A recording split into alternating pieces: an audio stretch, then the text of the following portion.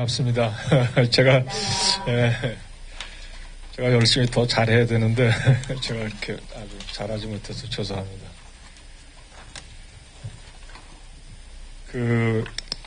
오늘 제가 이렇게 준비한 슬라이드는 우리나라 얘기도 우리나라 얘기지만 우리나라하고 가장 대비되는 데가 와덴해라고 해서 독일, 네덜란드, 그 다음에 덴마크 3개 국가가 함께 관리하는 그런 와덴해 갯벌이라는 게 있습니다. 그래서 우리나라하고 와덴해 갯벌하고 비교해서 그래서 말씀드릴까 합니다. 이 내용이 정책 내용이어서 좀 재미없을 것 같아서 이걸 상당히 좀 망설였습니다. 이렇게 해야 될런지 어떨런지. 근데 하여튼 그냥 그렇게 하는 걸로 하겠습니다.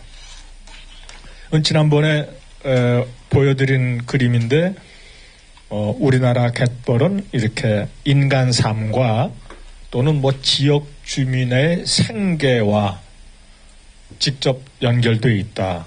그래서 이것을 생계형 이 조개캐기 이렇게 볼 수 있습니다. 그러니까 생계형이라는 단어를 쓰는 것이 꽤 중요하다고 볼 수 있습니다.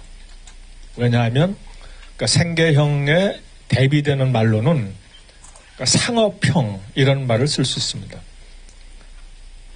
그러니까 자기가 벌어서 자기가 겨우 먹고 사는 그런 것과 대비돼서 회사나 이런 구조를 통해서 훨씬 더 대규모적으로 그 조직적으로 또 이윤을 창출하기 위해서 하는 그러한 그러한 식의 자연의 접근과 이 경우에는 그냥 자기의 생계를 위해서 이 갯벌을 이용하는 그런 것이다 이렇게 볼 수 있습니다. 이 경우에는 자연 파괴적이지 않고 상업적인 경우에는 자연 파괴적이다 이렇게도 볼 수 있습니다. 그러면 이런 문제하고 비교해서 다른 사례를 들어봐라. 그럼 어떤 사례를 들을 수 있는가 하면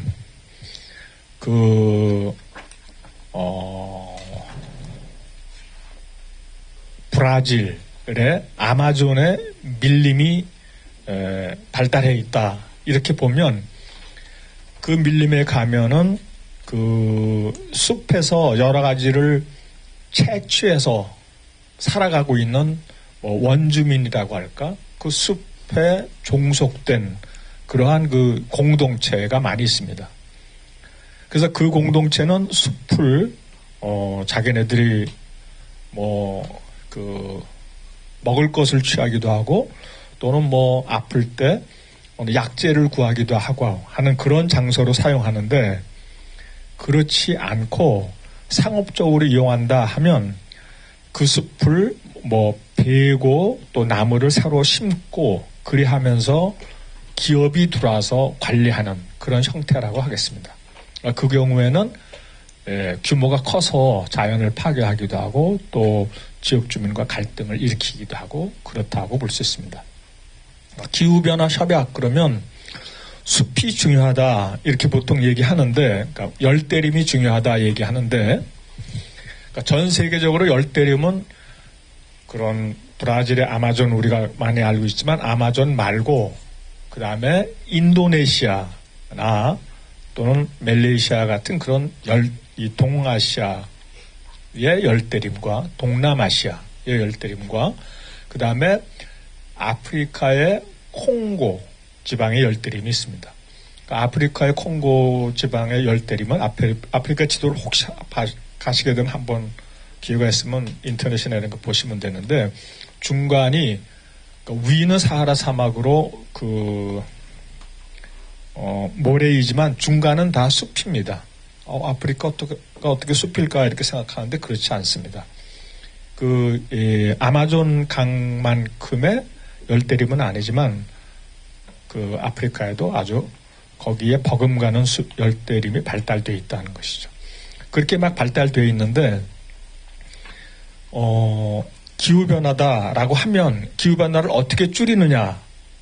지난 시간에 잠시 말씀드렸는데 그거를 기후변화가 덜 일어나게 하려면 사람이 뭐 석탄이나 이런 거를 덜 쓰든가, 그러니까 추가하는 이산화탄소를 적게 하든가, 또는 나무를 심어서 나온 이산화탄소를 흡수하면 됩니다. 결국 이산화탄소는 석탄에서 그렇게 뿜어졌다고 하면 그 석탄이라는 것은 나무이기 때문에, 그러니까 나무에 축적된 것을 뿜어낸 것이다 이렇게 볼 수 있죠. 그러면 나무에 다시 그거를 나무에 축적시키면 된다는 것이죠.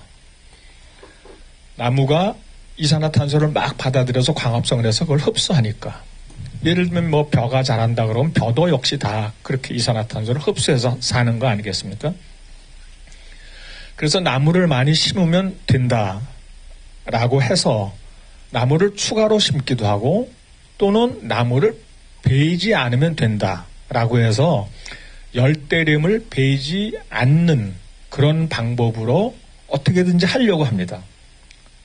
이거 지구가 더워지고 있다. 그러면 첫 번째로 과학기술에 의해서 이산화탄소를 덜 나오게 하자. 그런 방법을 쓰죠. 그러니까 과학기술에서 덜 나오게 한다는 것은 자동차라고 하면 자동차가 배기가스를 많이 내는데 그런 배기가스를 덜 나오는 자동차를 만든다라는 것입니다. 그러면 사람들이 성공했느냐라고 사례를 얘기하라고 하면 우리나라에 지금도 수입돼서 많이 팔리는 독일의 폭스바겐이라는 그런 차가 있습니다. 그 폭스바겐은 1970년대에 이 오염물질 또는 이산화탄소 배출량을 100이라고 하면 지금은 5를 배출합니다. 그러니까 20분의 1밖에 배출 안 하는 것이죠. 왜 그러느냐? 기술을 발달시켜서. 그래서 기술을 발달시켜서 그거를 제거할 수 있다고 사람들이 생각하는 겁니다. 그러면 기술을 발달시켜서 그거를 제거하는데 이제 문제들이 아주 너무 복잡해서 이게 하여튼 한마디로 얘기할 수가 없는데, 그렇게 막 기술을 발달시켜서 제거를 하면, 그러면 그때 기술은 누가 가지고 있는가 하면 독일이라는 나라가 가지고 있지 않겠습니까? 그런데 우리나라나 그런 데서는 비슷하게 뭐 20분의 1이 아니더라도 20분의 뭐 10이나 20 정도, 20분의 2나 3 정도 그렇게로 줄였다 이렇게 볼 수 있고, 또 더 공업이 발달하지 않은 나라로 가면 그렇게 또 못 줄이고, 다시 말하면 이 전 세계가 그 경제적인 부에도 차이가 있지만 과학기술에도 차이가 있다는 것이죠.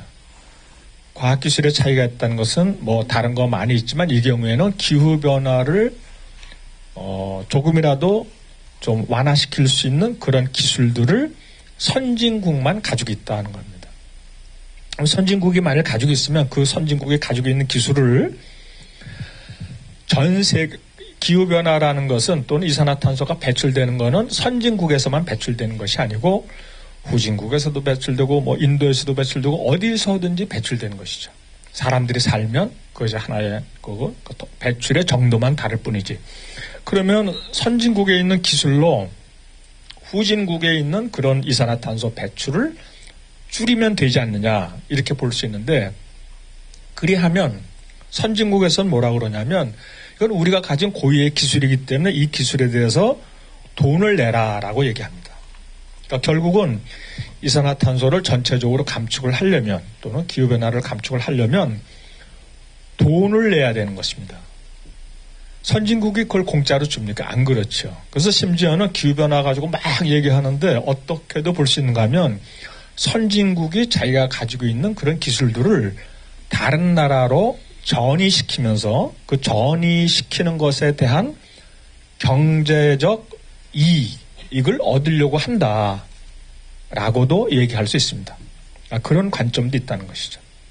그래서 뭐 우리가 이제 당위적으로는 기후변화라는 것을 다 같이 어떻게든지 덜 일어나게 해야 되지만 그러나 내부적으로 들어가면 그런 형평성의 문제가 여기저기 존재해서 실제 기후변화 문제의 핵심은 그런 형평성의 문제를 소위 말하면 불균형, 뭐 과학기술의 불균형, 재해의 불균형, 뭐 그런 불균형을 어떻게 해소하느냐의 문제하고 같이 겹쳐져 있다는 것이죠. 자, 그러면 왜 그런 얘기를 했느냐 하면 아마존의 숲을 보호하면 그러면 기후변화를 완화시키는데 도움이 된다라고 이제 가정을 하는 것인데 그거는 이제 과학적인 사실이라고 볼 수 있는데 그러려면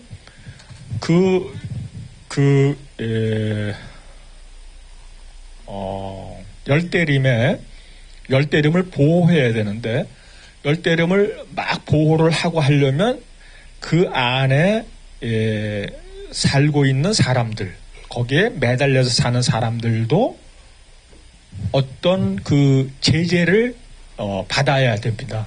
그러니까 거기에 살고 있는 사람들이 가장 많이 하는 것이 무엇이냐면 그 숲을 태워서 화전으로 살아가는 겁니다. 화전으로 살아가는데 그럼 숲을 태우면 열대림이 줄어드니까 숲을 태우지 말아라 라고 얘기할 수밖에 없는 것이죠. 숲을 만일 태우지 말라고 얘기하면 그럼 이 사람들은 또 살기가 어렵고 그래서 우리가 왜 전 지구의 기후변화라는 것에 책임을 지느냐 우리는 먹고 살아야 된다라는 그런 주장이 가능하고 만일 우리가 숲을 태워서 살아가지 못하면 우리를 살아갈 수 있도록 경제적으로 보상을 해라 라고 얘기합니다. 즉 아까는 그런 자동차에서는 과학기술의 불균형이 있는 것이고 이 경우에는 자연 보존을 할 때 자기네들이 자연 보존을 하면 숲을 보존하면 또 이 지역민들이 살아갈 수 있는 방법이 없어지는 그러면서 선진국이나 이런 데는 그냥 가만히 너네들 숲을 잘 보존해라 이렇게 얘기만 하면 되는 그런 상황이 되는 것이죠. 그래서 다시 불균형이 있어서 그것을 어떻게 균형을 맞추느냐 다시 또 이제 그런 재화로 보상도 하고 그러면서 그걸 맞추게 되는데 그렇게 해서 다시 한다는 것이죠. 그러니까 무엇이든지 다 뭐 공짜 점심은 없다 그런 식으로 이렇게 좀 주고받는 것이 있는 그런 것이 아마 이런 세상이고 관계다 이렇게 볼 수 있습니다. 지금 이 경우에는 우리나라 이렇게 살아가고 있는데 이 경우에는 어떤 일이 벌어지는가 하면 만일 이 지역을 개발하면 그러면 땅을 막 해서 간척하고 막 해서 이거를 해가지고 어느 국가나 또는 국가의 소속관 기관이나 기타 이런 데서 또는 심지어는 뭐 정주영처럼 천수만 옛날에 천수만 그 앞에다 서산 간척자리에서 막았는데 그런 식으로 해서 개인이 갖기도 합니다. 그리고 개인이 가지면 여기 이거를 가지고 먹고 살아가던 사람들 이제 그 사람들이 말하자면 그런 불균형의 구조 속에 들어가는 것이죠. 그래서 이것을 보상을 하는데 실제 보상을 할 때는 3년치 얻는 것을 보상합니다. 그러니까 3년치 원래는 이렇게 해서 살아가면 평생을 살아갈 수 있는데 3년치 수확에 대해서 돈으로 줍니다. 그러니까 아주 너무 조금 주는 것이죠. 그러니까 3년치를 주면 어떤 일이 벌어지느냐는 겁니다. 그러면 이제 이 안에 구조는 또 다시 또 불균형이 존재하는데 어떻게 존재하는가 하면 이렇게 자연스럽게 캐는 사람들 또는 이 사람들이 심지어 자연스럽게 캔다고도 볼 수 있지만 어떨 때는 고용이 돼서 캐기도 합니다. 고용은 이렇게 뻘이 있으면 이 뻘들은 10헥타르 정도씩 전통적으로 거기 마을 사람 또는 기타 어떤 사람들이 빌려서 양식장처럼 사용할 수가 있어요. 갯벌이 있다 그러면 이것이 막 누구누구 해서 우리가 같이 아무나 막 들어가면서 할 수 있는 땅이 아니고 양식장으로 구획되어 있는 겁니다. 그러니까 구획되어 있으니까 그렇게 구획됐을 때 그거에 소유자가 있는데 소유자는 이것을 완전히 소유하는 건 아닌데 10년 사용할 권리를 가집니다. 그리고 보통 연기해서 20년 사용하기도 하고 그런데 그렇게 그리고 동시에 그 소유권을, 그러니까 사용 소유권을 팔 수도 있습니다. 그러니까 그렇게 보면 큰 재산인 거죠. 이런 큰 재산을 가지고 있는 그런 사람들도 있고, 또 그냥 아낙네로서 매일같이 가서 캐는 사람도 있고, 그래서 아낙네로서 매일같이 가서 조개를 캐는 사람들은 맨손업이라고 합니다. 그리고 이렇게 크게 하는 데는 양식업이라고 하고, 그러면 맨손업을 하는 사람은 한 100이면 양식업을 하는 사람들은 10, 이 정도로 작고, 그런데 만일 보상을 하게 되면, 여기 다른 걸 이용해서 그 기관이나 또는 그런 데서 보상을 하게 되면 그 10 정도에 해당되는 양식업자는 100을 얻고, 다 합쳐서 이런 사람들은 10을 넣습니다. 숫자는 거꾸로고. 그러니까 다시 불균형이 존재하는 것이죠. 여기에도. 그러니까 말하자면 이게 같은 자연을 놓고 인간이 이렇게 대하면서 어떻게 하는데 늘 불균형이 존재한다는 것이 하여튼 우리가 봐야 되는 관점이다, 이렇게 볼 수가 있습니다. 자, 이게 약간 좀 얘기가 길어졌는데, 그래서 자연을 이렇게 이용하고 그런 상황에서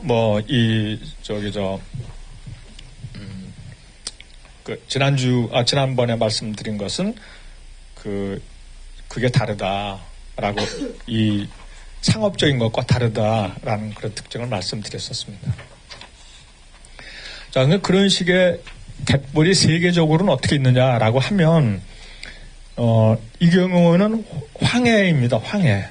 그래서 여기 양자강부터 시작해서 이렇게 쭉 해가지고, 이거는 보하이, 바레만이고, 북한이고, 이런 식으로 되어 있습니다. 이렇게 돼 있는데, 지금 이렇게 갯벌이 많은 것은 전 세계적으로 거의 유일하다, 이렇게 볼 수 있습니다. 아주 특별한 곳이죠.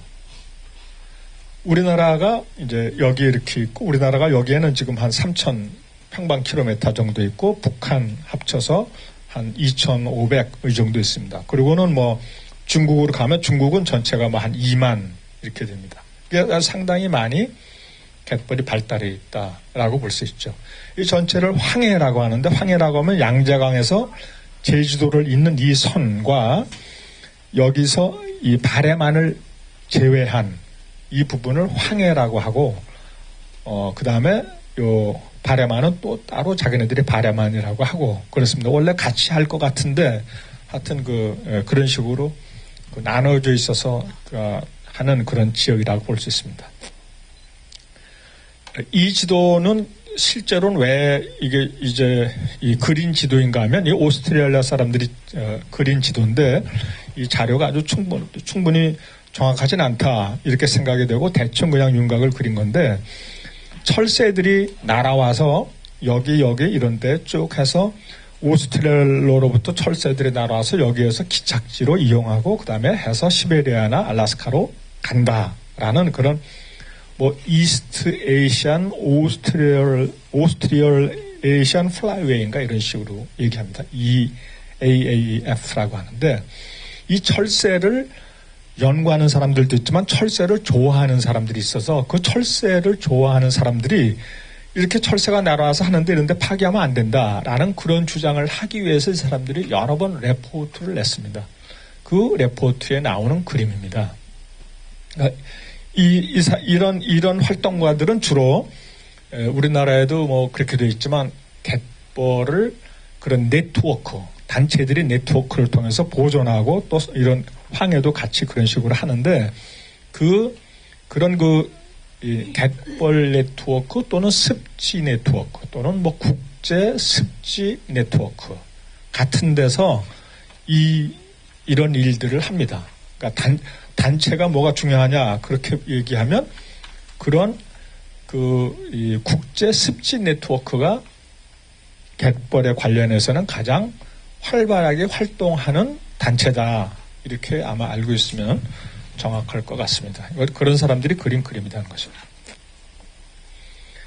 자, 약간 그냥 그래서 다시 통계, 이게 옛날 슬라이드라 그냥 슬라이드인데 우리말로 고치지 못해서 그냥 가져왔는데, 유럽의 와덴에는 약 10,000평방킬로미터, 그 다음에 황해는 약 한 20,000평방킬로미터, 일본에도 또 있습니다. 일본에는 수백 평방킬로미터 정도의 갯벌이 있습니다. 그래서 이 지역에 하여튼 그런 식의 갯벌이 발달이 있다, 동아시아에 라는 겁니다. 우리나라에 있는 것은 아주 특별하게 전 연안에 이렇게 걸쳐 있는데, 이 우리나라의 이런 하여튼 중요한 특징은, 잘 아시다시피 우리가 뭐 리아형 연안이다 이렇게 얘기하죠. 리아라는 것은 사람 이름인데 그 오목고목하게 들어가 있는 그런 지형을 리아라는 사람이 그런 지형을 특별히 분류해서 그 사람이 이태리 사람 같은데 이런 형태다라고 얘기합니다. 그래서 많이 아주 발달하고 우선 연안의 지형, 해안선이 구불구불하다라는 게 첫 번째고, 그 다음에 두 번째는 해안선에 어디든지 산이 있다는 겁니다. 보시면 알지만 여기는 지금 원래 시흥갯골은 가면 주변은 벌판인데, 방산이니 뭐 이런 것들이 좀 떨어져서 산이 있는데, 원래는 이 벌판도 다 통째로 다 갯벌이었죠.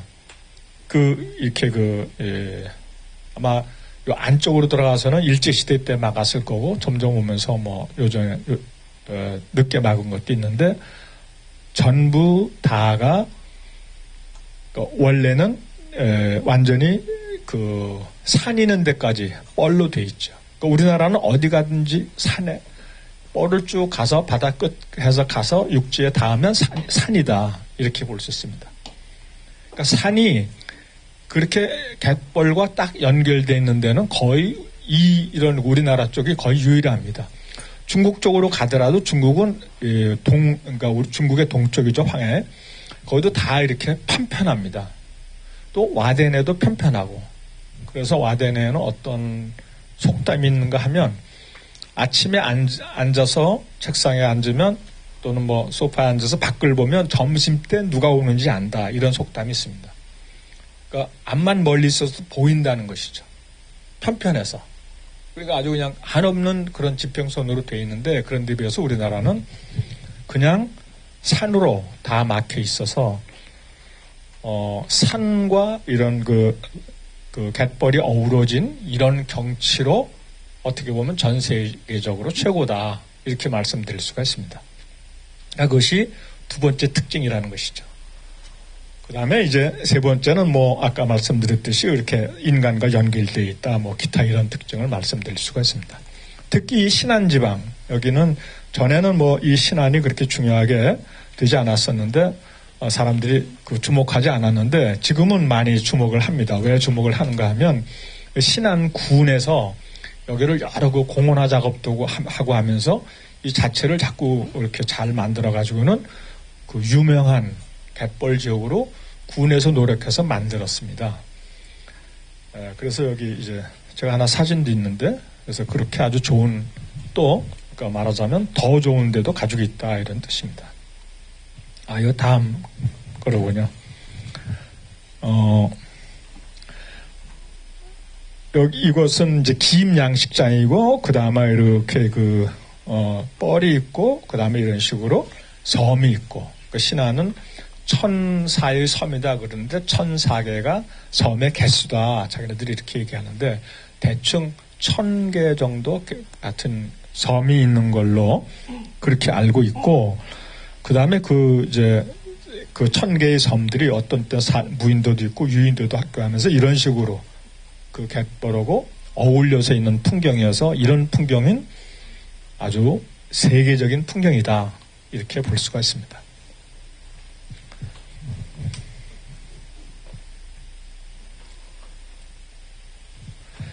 이제 인간 이용이 이제는 상업적으로 어떻게 이용하느냐라는 것을 볼 수 있는데, 뭐 흔히 많이 보셨을 사진인데, 이거는 지금 바로 인근에 여기가 우리가 그 소래 시흥 요거 또 내려가면 시화지구라는 것이 있는데 시화지구를 막고 나서 그 호수가 이렇게 오염된 그런 상황입니다. 그러니까 이런 경우에 이거는 이제 수자원공사에서 막은 건데 안에 이렇게 공업단지도 있고 주역 주민도 막 있고 그럼에도 불구하고 이런 물들을 내려보내면 이게 한 1, 2년 만에 이렇게 썩는 건 너무나 당연하죠. 그래서 그럼에도 불구하고 이 공학을 하는 사람들은 다 가능하다고 생각해서 이렇게 막 막는 겁니다. 결국은 아마 이쪽에 들어오는 물들을 여기서 어느 정도 정화해가지고 지금 일로 버리는 걸로 알고 있습니다. 물론 자기네들이 버리는 걸 규정에 맞게 버리고는 있겠지만, 그렇지만 하여튼 다시 또 일로 들어오니까 여기서 또 왔다 갔다 하면서 그렇게 하면서 소래지구로 막 들어오고 하는데, 이 시흥지구로. 그러니까 이 전체가 다 어떻게 보면 그 환경적으로 문제가 되는 지역이다. 이렇게 말할 수밖에 없습니다. 그래서 정부에서는 이 지역을 포함해서 경기도 이쪽 전체를 특별관리해역, 해양환경특별관리해역이라고 해서 지정해가지고 이 지역을 관리하고 있습니다. 근데 관리하고 있다고 해서 이게 어떻게 잘 할 수는 없는데, 왜냐하면 태생적으로 여러 그 오염물질들이 밖으로 나갈 수밖에 없고, 그러면서 여기저기 그 뻘을 막았기 때문에 물 흐름이 자유스럽지도 않고 해서 어쩔 수 없이 그렇게 자꾸 썩어가는 그런 상황인데, 그래도 하여튼 해양환경관리법이라는 것에 의해서 특별관리해역으로 설정해서 관리합니다. 그 부분은 어느 정도 자세하게 얘기해야 될지 모르지만 특별관리해역이라고 했을 때는 주안점이 뭔가 하면 주로 수질, 그러니까 물이 얼만큼 더러워졌느냐라는 그런 수질에 초점이 있고, 그 수질을 또 어떻게 관리하는가 하면 여기는 물을 어떻게 깨끗하게 하는 것이 아니고 육상에서 들어오는 물을 깨끗하게 해서 내보내는 그런 방법으로 관리를 합니다. 그래서 여기서는 아주 잘 되진 않지만 마산만 같은 경우에는 어느 정도 성공했다고 하는데, 지역마다 여기 경우에는 시흥시, 남동, 안산 여러 시들이 같이 논의를 해서 우리는 얼마큼 버리겠다, 우리는 얼마큼 버리겠다 해서 그 오염수를 버리는 총량을 나눠 갖는 겁니다. 어떻게 나누느냐? 여기가 가령 COD 얼마라는 그런 기준을 설정하고, BOD나 또는 COD로 물이 더 이상 나쁘면 안 된다라는 그런 상한선을 설정하고, 그러니까 서로 협의해서 설정하는 거죠. 그렇게 해서 설정하고는 그 상한선을 지키려면 이렇게 내려오는 총량이에요. 오염수의 총량이 얼마다라는 것을 계산할 수 있고, 그럼 오염수의 총량이 얼마니까, 그러면 이 오염수의 총량을 각 시별로 나누어서 시흥시, 안산시, 기타 남동구, 인천시 이렇게 나누어서 각 시가 얼마만큼 이상은 버리면 안 된다라고 그렇게 협약을 하는 겁니다. 근데 그렇게 협약을 하면 다시 시흥시면 시흥시 각 해당된 시는 공장이나 아니면 기타 마을이나 이렇게 그 모든 데하고 다시 또 협의를 해서 당신네 공장에서 얼마큼 이상 버리면 안 된다, 어디서 버리면 안 된다, 이렇게 다시 또 그것을 할당하는 그런 방법입니다. 그걸 보고 오염 총량 관리제라고 하시죠. 그러니까 총량을 관리한다는 겁니다. 근데 대부분 다 이런 식의 관리 방법은 다 총량 관리법입니다. 가령 기후변화에서 이제 그 이산화탄소를 얼마큼 배출하면 되느냐, 이런 것들도 이산화탄소를 배출할 수 있는 총량을 정합니다. 제일 먼저. 그래서 계획이 지금 현재 총량은 얼마인데 어쩔 수 없이 앞으로 증가할 것이다라는 걸 감안해서 얼마큼 총량이 더 늘어나는 것을 감안한다라고 협의하고, 그렇지만 그것을 10년 후, 그러니까 2020년 또는 2030년, 심지어 2050년까지 얼만큼을 줄인다, 이렇게 협약을 하는 겁니다. 그러면 전 지구인이 모여서 총량을 합의하고 그 총량이 된다면 국가별로 그 총량을 얼마큼 줄일 것인가를 다시 또 협의하는 것입니다. 그렇게 협의하는 시기인데 그걸 보고 영어로는 cap and trade라는 말을 씁니다. cap이라는 건 모자를 씌우는 것인데 그것은 총량이다 그런 얘기고 전체 양 더 이상 늘어나지 않게 그러니까 유리천정처럼 천정을 정하는 것이고 천정의 높이를 그 다음에 trade는 그 정해진 천정의 높이 또는 그 천정 최고 값에서 지금 뭐 20명이면 20명, 30명이면 30명이 어떻게 나눠서 책임지느냐 또는 갖느냐의 문제다라고 볼 수 있는 것이죠. 그러니까 그런 방법으로 거의 모든 오염물질이나 기타 모든 것은 다 그렇게 관리하고 그렇게 관리하는 지역 중에 하나다 이렇게 말씀드릴 수가 있습니다.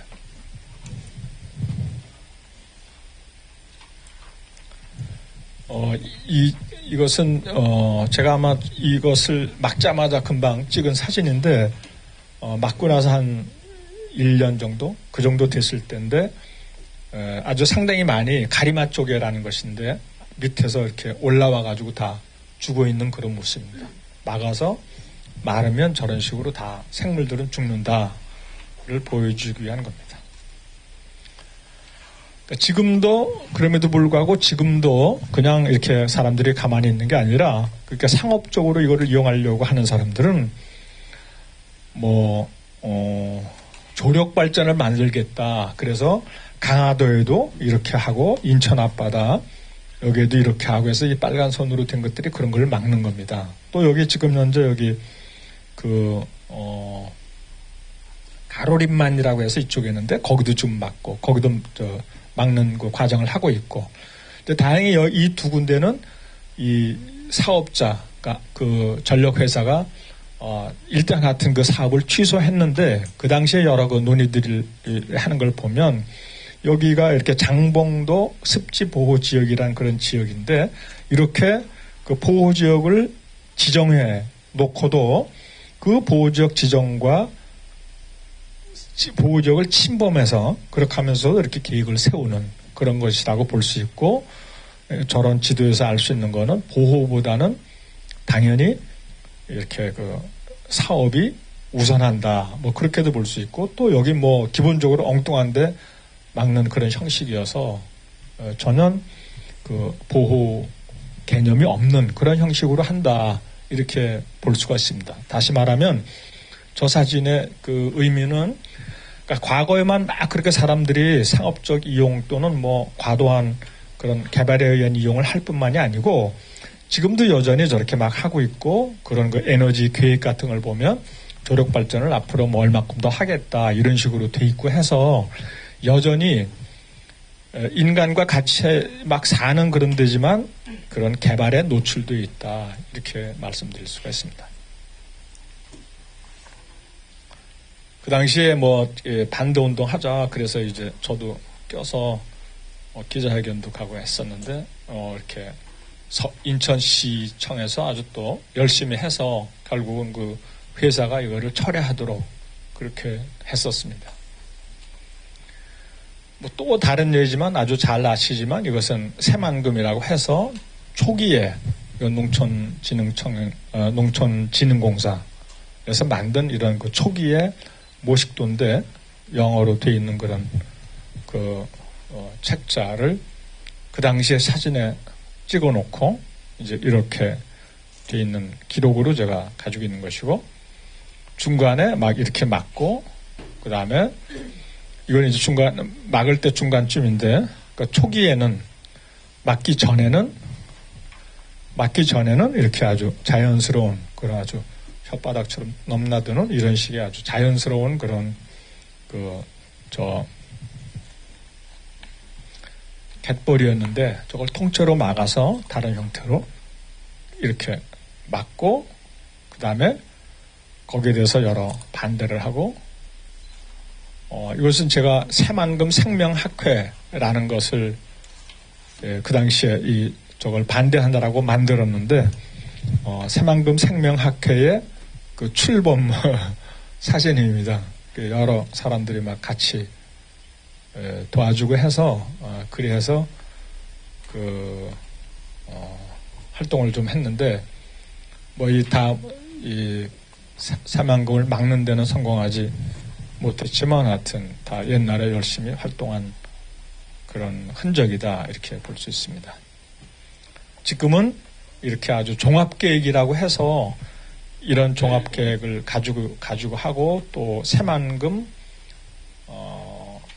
관리청인가 그렇게 청도 만들고 본격적으로 개발하는 그런 특별법도 만들고 그리 해서 지금 완전히 달라진 상황이라고 하겠습니다. 저렇게 막 파괴만 했는가 하면 그렇지 않고 이 보존을 또 하기도 합니다.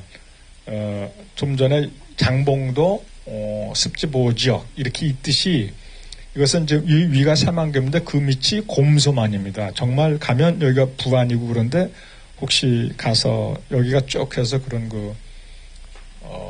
뭐라 그러나 숙소들이 아주 발달해 있습니다. 그래서 가서 이렇게 잠자면서 이 아래를 관찰할 수 있는데 우리나라에서 이렇게 아름다운 그런 만이 있기 어려울 정도로 아주 아름다운 만입니다. 곰소만인데 행정적으로는 고창군에 속해서 그냥 고창 그러기도 합니다. 원래 이름은 곰소만인데 이렇게 돼 있는 상황인데 저것을 사람들이 보호를 이제 하는데 아주 굉장히 흥미롭다고 볼 수 있습니다. 이것을 보호지역을 설정할 때 그냥 제가 볼 때는 이렇게 막아서 그냥 이거 곰소만 보호지역이다 이렇게 할 수 있으면 좋겠는데 그렇게 하면 보호가 얼만큼 어려운지를 이게 보여주는 사진인데 그렇게 하면 사람들이 반대합니다. 왜 반대하는가 하면 이거 보호를 하면 예를 들면 나는 여기 양식장을 가지고 있는데 이 양식장 그럼 하란 말이냐 말라는 말이냐 뭐 기타 나는 여기 어디 조개 뭐 이런 조개 양식장을 막 가지고 있는데 이거를 그러면 해도 되느냐 안 해도 되느냐 그러니까 이거 보호하면 귀찮다 뭘 보호하느냐 이렇게 해서 사람들이 우르르 반대해서 그렇게 막 반대를 하면 여기 있는 지자체장 부안군이나 또는 뭐 고창 뭐 기타 그런 지자체장들이 사람들이 막 반대하고 데모하고 그러면은 여론이 나빠져서 선거에서 또 떨어집니다. 그러니까 지자체장이나 또 누구 그런 사람들은 잘 안 하려고 하는 것이죠. 지금 시흥에서는 시흥 갯골 이렇게 했는데 그것도 굉장히 대단한 것이죠. 왜냐하면 그건 지자체장이 의지도 있어야 되고 또 여기 있는 사람들이 그래도 많이 이해해서 단체들도 막 노력하고 그래서 겨우 만들어낸 것이죠. 그런데 뭐 상당히 어떻게 보면 뭐 골프장도 있고 그런 사람들 막 반대했을 거고 또 소래나 이런 데도 다시 보호지역으로 지정하려고 하는데 거의 되는 줄 알았더니 또 그런 사업을 하는 사람들이 막 반대해서 괜히 많이 하고 있는 걸로 알고 있거든요. 그러니까 그렇게 늘 이해 당사자 간 갈등이 있다는 것이죠. 그래서 이거는 보호를 하는 것이 얼마큼 어려운지 그런 이해 당사자 간 갈등의 상징으로 그릴 수 있는 지도라고 하겠습니다. 제일 먼저는 질포라고 해서 부안군에 속하는 이런 것이 2006년에 요만큼 겨우 지정이 됐고 그러면 요렇게 요게 지정이 됐는데 이제 그러니까 국가 습지 보호 지역이다 이렇게 말할 수 있죠. 국가 갯벌 습지 보호 지역 이렇게 공식적으로는 얘기합니다. 갯벌 습지 보호 지역. 그런데 아주 그냥 간단한 질문은 왜 요렇게냐 여기만 중요하고 여기 보호를 할 수 있는 그런 뭐 특별한 생물이 살고 이런 데는 안 사느냐 또 이후에는 안 사느냐 이렇게 질문을 하면 안 그렇다는 것이죠. 다 어디든지 다 보호를 해야 되는 그런 지역인데 다른 지역은 보호를 하려니까 반대도 있고 못도 있고 해서 보호를 못하는 것이다 이렇게 볼 수 있습니다. 그러니까 사람들이 반대해서 근데 자꾸 설득해서 고창군에서 이거는 부안군에서 했고 고창군에서 또 이만큼 이렇게 만들었습니다. 이 습지보호지역이라는 것을. 그거는 1년 후인 2007년에 그리고는 그 다음에 파란 색깔 이거는 람사 보호지구인데 그 람사 협약이라는 게 있습니다. 뭐 설명드리려면 너무 복잡한데 우선 하여튼 파란 지역으로 이렇게 해서 여기까지 해서 람사 보호지구라는 것으로 훨씬 규모가 크게 보호할 수 있었다라는 것을. 그리고 또 하나 더 나아가서 이것은 2013년인데 12년 실제 된 것은 2013년으로 알고 있는데 13년 6월 유네스코라는 그런 그 한국의 유네스코 한국 유네스코 위원회라는 것이 있는데 그 유네스코의 이름으로 바이오스페어 리저브라는 그런 걸로 또 지정할 수가 있습니다. 그러니까 생물권 보호지역, 그러니까 유네스코 생물권 보호지역 이렇게 얘기합니다. 그런 방법으로 이렇게 또 하고 그러면서는 고창군에서는 이 육지 부분도 다 보호지역으로 지정했습니다. 그러니까 유네스코 보호지역은 왜 저렇게 넓게 보호지역을 할 수 있는가 하면 그러니까 유네스코의 그 생물권 보호지역의 이름이 인간 생물권 보호지역 이렇게 됐습니다. 말하자면 생물만 그 안에서 중요하다라는 것이 아니고 거기에 살고 있는 인간과 생물이 어우러진 게 중요하다. 이렇게 생각해서 또는 그런 기조하에 인간이 살고 있더라도 전혀 상관없고 그 사람들이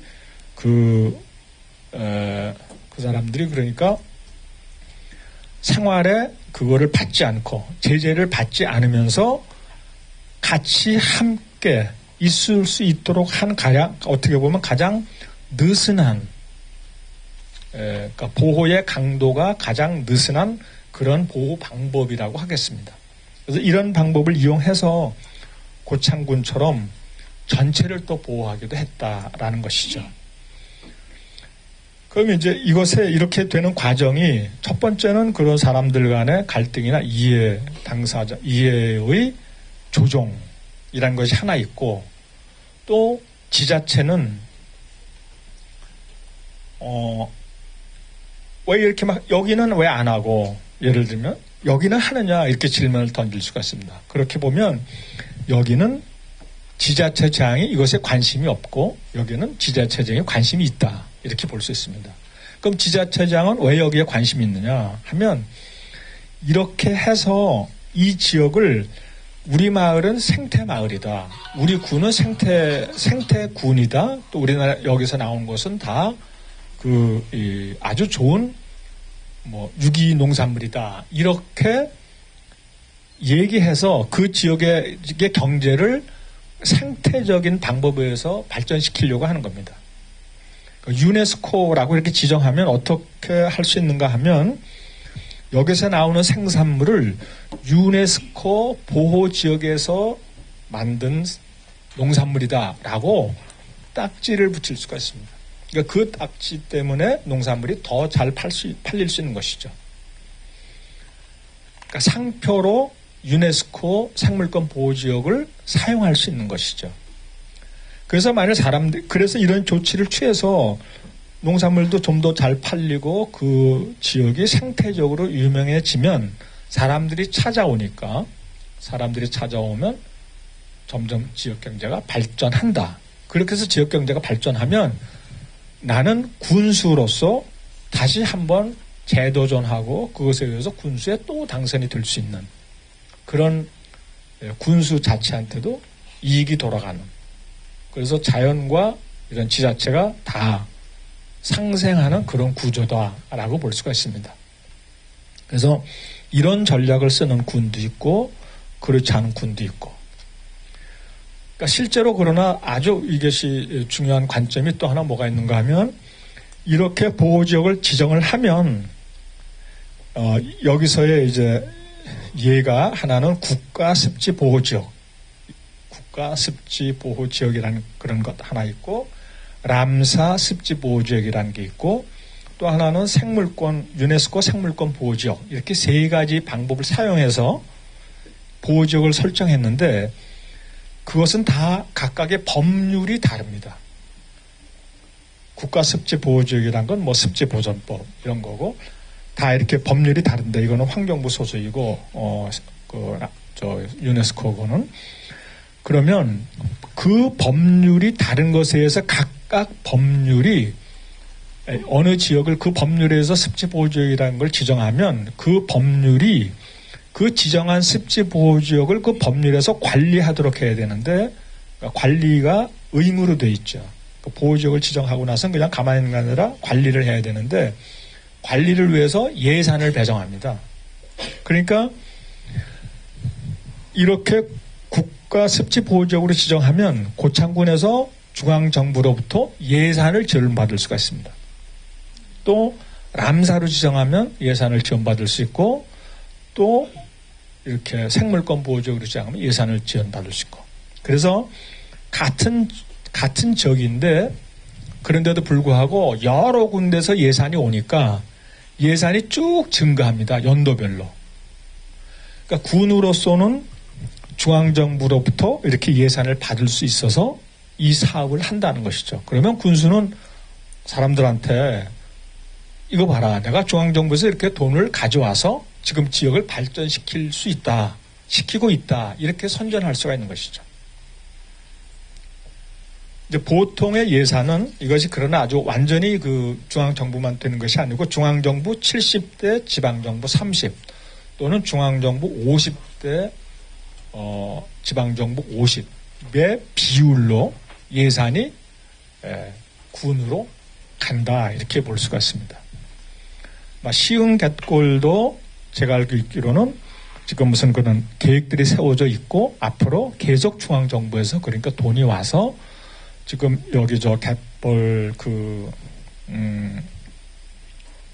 센터 내려가면 이제 방문객 센터가 만들어지는데 뭐 그런 거를 더 개선한다든가 기타 무슨 시설물 같은 걸 하기도 하고 또 프로그램 지원도 하고 그렇게 아마 하리라고 봅니다. 그러니까 중앙정부에서 그 보호지역을 하면 거기서 의무적으로 법적으로 그거를 지원하도록 돼 있다 이렇게 볼 수가 있습니다. 다른 사례도 하나 가져왔는데 이거는 더 아주 어떻게 보면 성공한 사례라고 볼 수 있는데 저기도 성공했지만 여기도 이제 성공한 게 신안입니다. 신안은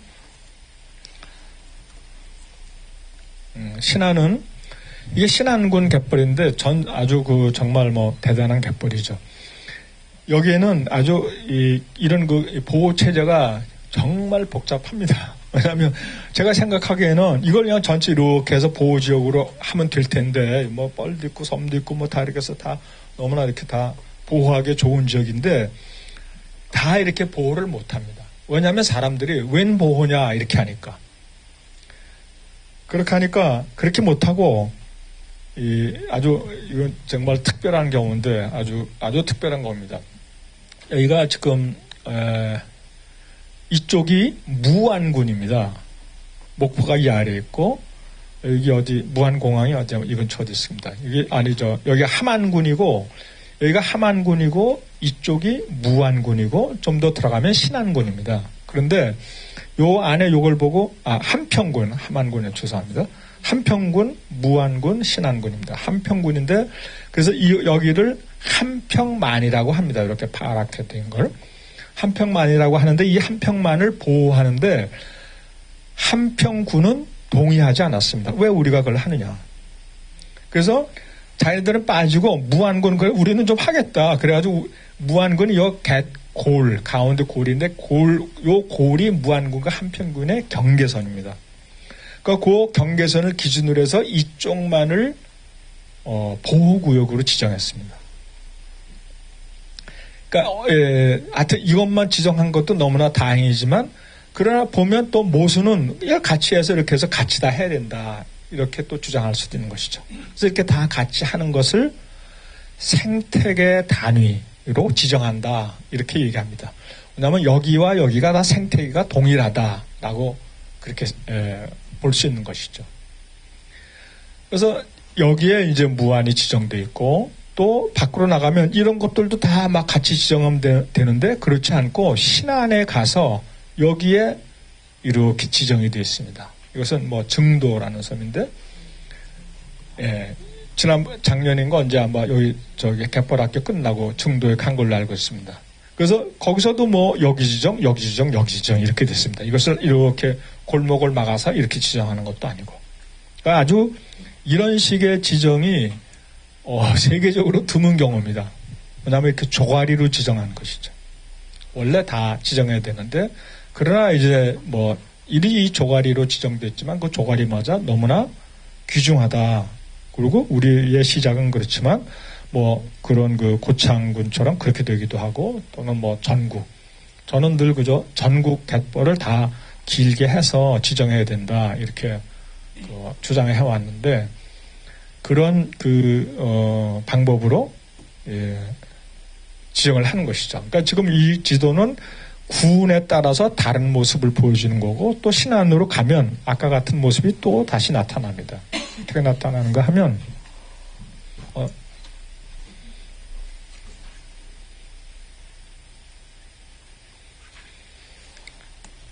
지금 이것은 증도인데 증도에 뭐 엘도라도인가 이제 그런 그 엘도라도가 있는 장소가 여기입니다. 그리고 백사장 이렇게 있고, 그런데 증도가 이거는 노란색이 국가습지보호지역 지정입니다. 이렇게 해서 이런 식으로 이렇게 지정이 되어 있고, 여기 또 지정되어 있고, 떨어져서 국가습지보호지역으로 지정되어 있고, 또 한 번은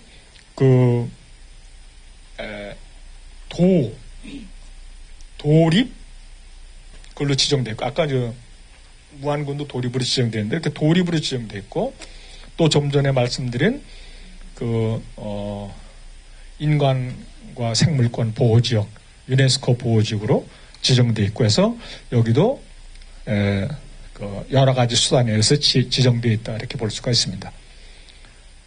그래서 이걸 보고 뭐 다층적 보호지역의 지정 이렇게 얘기할 수 있는데, 다층적 또는 뭐 다면적 그렇게 지정할 수 있는데, 그런 말하자면 전체 지역을 한꺼번에 크게 지정하지는 못하고 이렇게 조가리면서 여러 겹쳐서 지정을 해서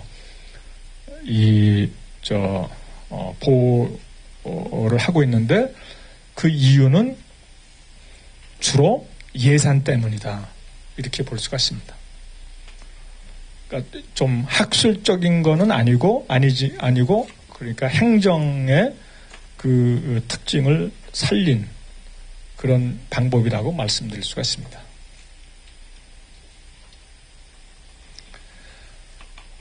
다른 사례인데 이것은 순천만, 뭐 잘 아시는 순천만이지만, 순천만은 이 앞쪽으로 이렇게 해서 전체가 지정되어 있고, 뭐 200만 정도, 연 200만 정도의 방문객이 찾는다 해서 난리를 치고 있고, 또 뭐 지난번에 정원박람회니 뭐 그런 것도 하고 하면서 계속 시설을 투자하면서 그 사람들을 끌어모으는데 성공한 그런 사례라고 하겠습니다. 실제 뭐 얘기가 그냥 너무 길어지고 늘어질까봐 그런데, 이게 1990년대, 96년, 97년 그럴 때 저도 순천만, 소위 말하면 순천만 투쟁이라는 걸 많이 했습니다.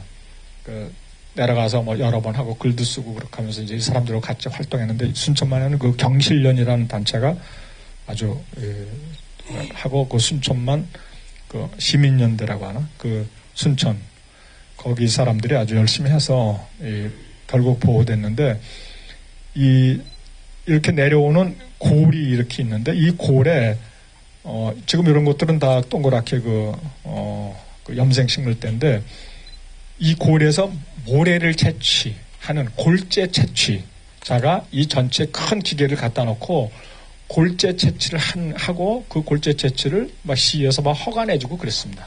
그래서 그러니까 통째로 원래 이게 다 파괴될 뻔한 그런 만인데, 사람들이 막 죽어라고 반대해서 그렇게 해서 골재 채취자를 결국은 쫓아내고, 그리고는 그거에 힘입어서 전체를 보호지역으로 지정한. 그래서 여기가 2003년인가 지정이 됐는데, 1990년대에 그런 반대 운동이 있었기 때문에 지정됐고, 지정이 되면서 여기가 갈대숲으로 유명하니까 이게 다 이런 점들이 염생 식물이고, 여기 나가면 그 빨간 칠면초이로 같은 그런 염생 식물이고, 이 안에 들어가면 갈대가 여기 발달했습니다. 근데 이런 갈대가 있고, 요 산에 올라가면 이게 다 보이고, 그러면서 또 갈대를 건너서 이렇게 다리 같은 것도 나무로 만들고 해서 이 갈대가 장관이다. 그래서 이 안에 경치가 좋습니다. 경치가 좋아서 그 경치 때문에 사람들이 찾아가기 시작하니까 그 찾아오는 사람들을 좀 더 어떻게 잘 하면 잘 할 수 있도록 잘 편리하게 할 수 있도록 여기 여러 가지 센터도 짓고 뭐 시설물도 짓고 뭐 주차장도 좀 더 뒤로 하고 그러면서 지금 이쪽으로는 지금 한 이쯤 될 텐데 이쪽으로는 순천만 또 정원 세계 정원 뭐 박람회 때 그런 것도 만들고 해서 그래서 점점 더 사람들이 찾아가는 명소로 만들어진 그러니까 보호가 경제하고 연결이 돼서 사람들한테 이득을 주는 그런 사례라고 하겠습니다. 결국 우리나라 갯벌을 보자면 막 그렇게 개발하고 막 그런 상황이었는데 그래도 약간 어떤 그런 보호하는 조각났지만 보호하는 게 시작됐고 앞으로는 이제 와데네처럼 전체를 보호하는 그런 방법으로 나아가야 된다라는 그런 겁니다. 그러면 이제 와데네는 어떻게 돼 있길래 그러냐 이제 그렇게 해야 되는데 어떻게 잠깐이라도 쉴까요? 아니면 그래요. 네, 고생하셨습니다. 그럼 잠깐 쉬고 하겠습니다. 전체 유럽 지도가 있으면 좋았는데 조금 이제 지도가 한쪽만 치우쳐서 어딘지 좀 알기 어려울 수 있는데요.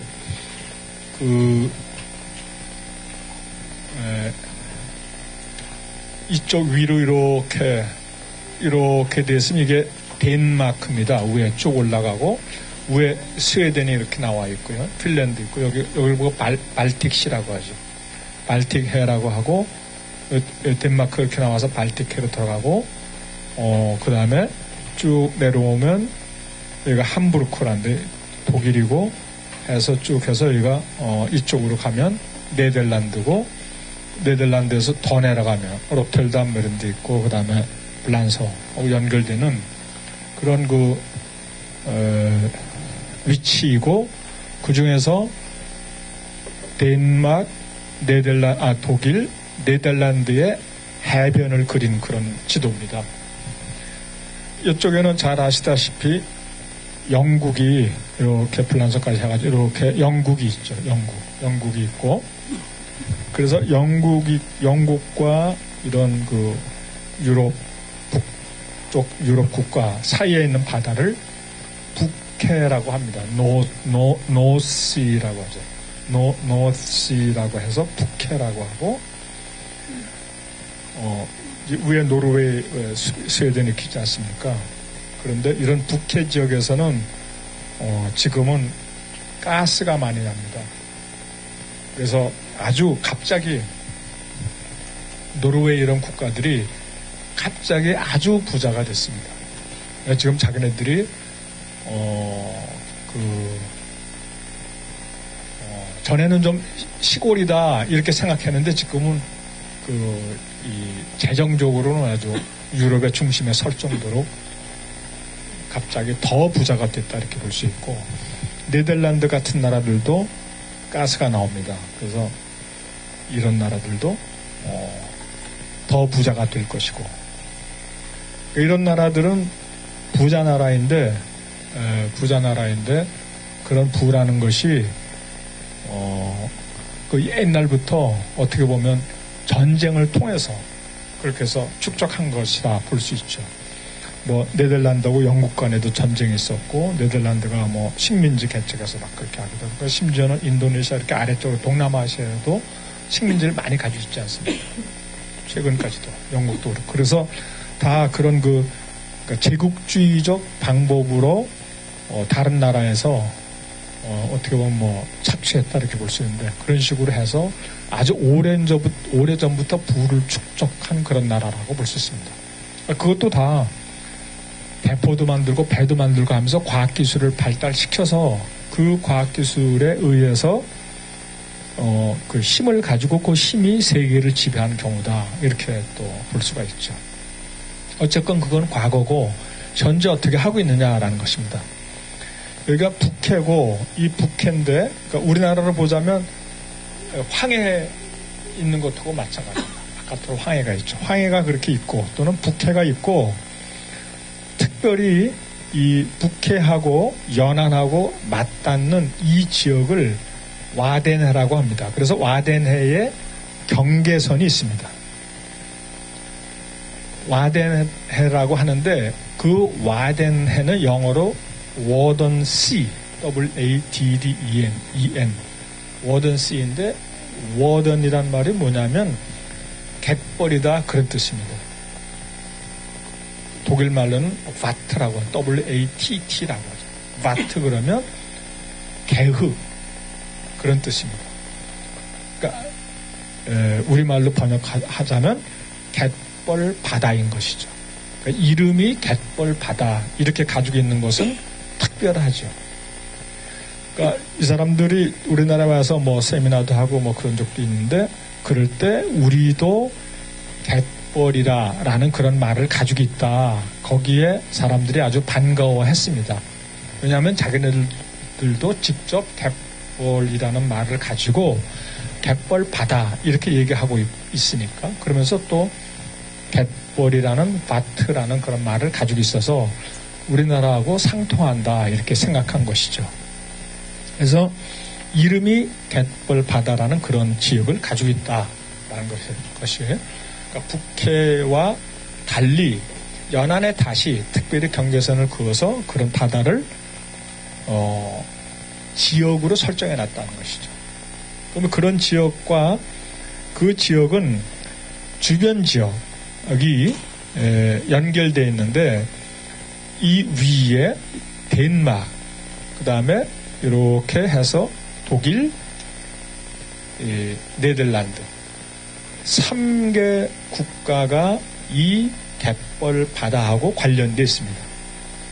이 3개 국가가 1982년에 협정을 맺어서 그걸 보고 그 사람들은 그냥 그걸 문서를 보면 디클레레이션이라는 말로 해서 뭐 성명 그렇게 할 수 있는데 하여튼 협정 그런 뜻의 그 3개국 협정을 맺고 그 3개국 협정으로 이 3국 협력이라는 그런 형태의 관리를 하고 있습니다.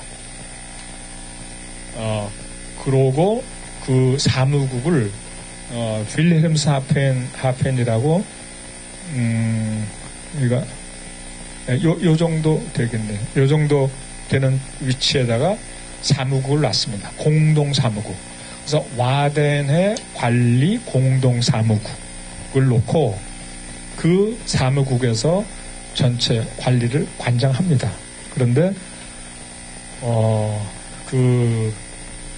뭐라 그러나 지방자치체가 발달하고 지방자치체의 책임이 있기 때문에 덴마크는 그냥 덴마크 국가에서 하고 이 경우에는 그 슐레스비 홀스타인이라는 그런 주에서 관리하고 함부르크라는 도시에서 관리하고 이것은 또 여기 주 이름이 뭐더라 노트라인 베스트팔린인가 그런 데서 관리하고 덴마크 그냥 한 데서 관리하고 이렇게 해서 전체를 관리하고 있습니다. 그러니까 행정구역과 바다 이런 관계가 서로 맺어져 있다라는 그런 지도입니다. 보존 지구의 규모를 보면 와덴해라는 그런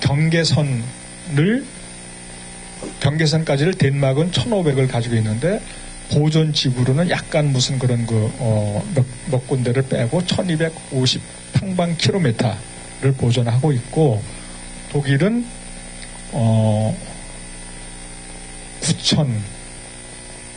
9,050, 그러니까 9,000 평방 킬로미터를 보존하고 있고, 네덜란드는 3,900, 그러니까 죄송합니다. 이거 3,900 중에서 2,600.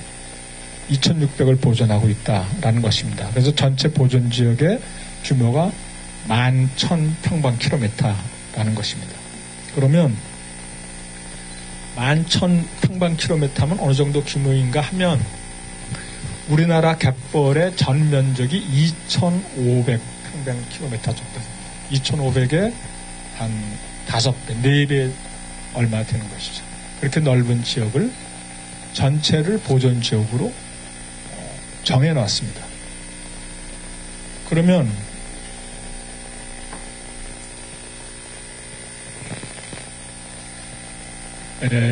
이게 약간 복잡한데 그래도 괜찮을지 모르겠습니다. 이 3개국만이 그거를 딱 보존하는 것이 아니라 그러니까 우리나라는 상위 체제가 없는데 여기에는 유럽에는 그러니까 법률이 상위 법률 체제하고 각국 법률 체제가 있는데 하나는 EU라고 해서 유럽연합 EU 다이렉티브라는 게 있습니다. EU 다이렉티브는 유럽연합 다이렉티브를 법률로 번역하는지 아니면 어떻게 번역하는지 모르겠는데 일종의 그 기준점 같은 것이 있습니다. 그 기준점이 있는데 그 기준점이 유럽연합의 기준점은 어떻게 되어 있는가 하면 지역을 대상으로 하지 않고 이런 경우에는 이 자연하고 관련돼서는 생물 내지는 그런 어떤 서식지를 대상으로 합니다. 그래서 대표적인 법률이 이 와덴하고 관련된 법률이 조류, 새, 그래서 버즈 다이렉티브라고 합니다. 새, 그 다음에 서식지, 이거는 해비텟 다이렉티브라고 하고 물, 우리나라에서 시와호 앞에를 특별관리해역처럼 지정했듯이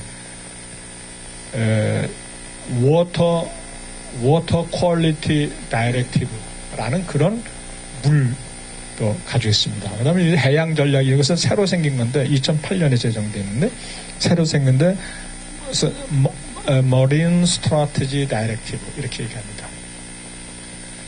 그렇게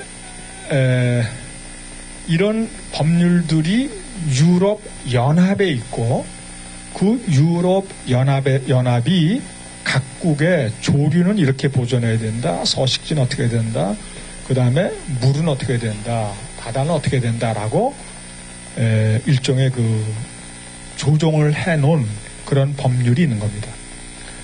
각국은 그 법률에 따라서 합니다. 물론 서로 상호 교류를 하지만 그러니까 이제 장점 한마디로 말하면 우리나라의 4대강 같이 그렇게 이제 막 이렇게 하면 그거는 유럽에서는 구조적으로 허락이 되지 않습니다. 왜냐하면 4대강 그렇게 하려면 서식지법이나 아니면 뭐 물체계법, 기타 이런 법률, 조류법 이런 거에 규제를 받아야 되는 것이죠. 그러면 4대강을 하면 가령 유럽에서 어느 지역에 무슨 그 강을 그런 식으로 막 다시 하려고 한다 하면 그거는 유럽연합의 허가를 받아야 됩니다. 그러니까 그거를 지키지 않으면 유럽연합 법정에서 그 문제를 다룹니다. 틀리는지 안 틀리는지. 그래서 더 국가보다 한 차원 더 높은 차원에서의 전체적인 그 기준이 있다라는 것이죠. 그러니까 그 기준과 그 다음에 각국이 가진 법률이 서로 맞아서 톱니바퀴처럼 돌아간다라고 볼 수 있고 그렇게 톱니바퀴처럼 돌아가도록 해서 와덴해도 그렇게 관리한다라는 그런 점입니다.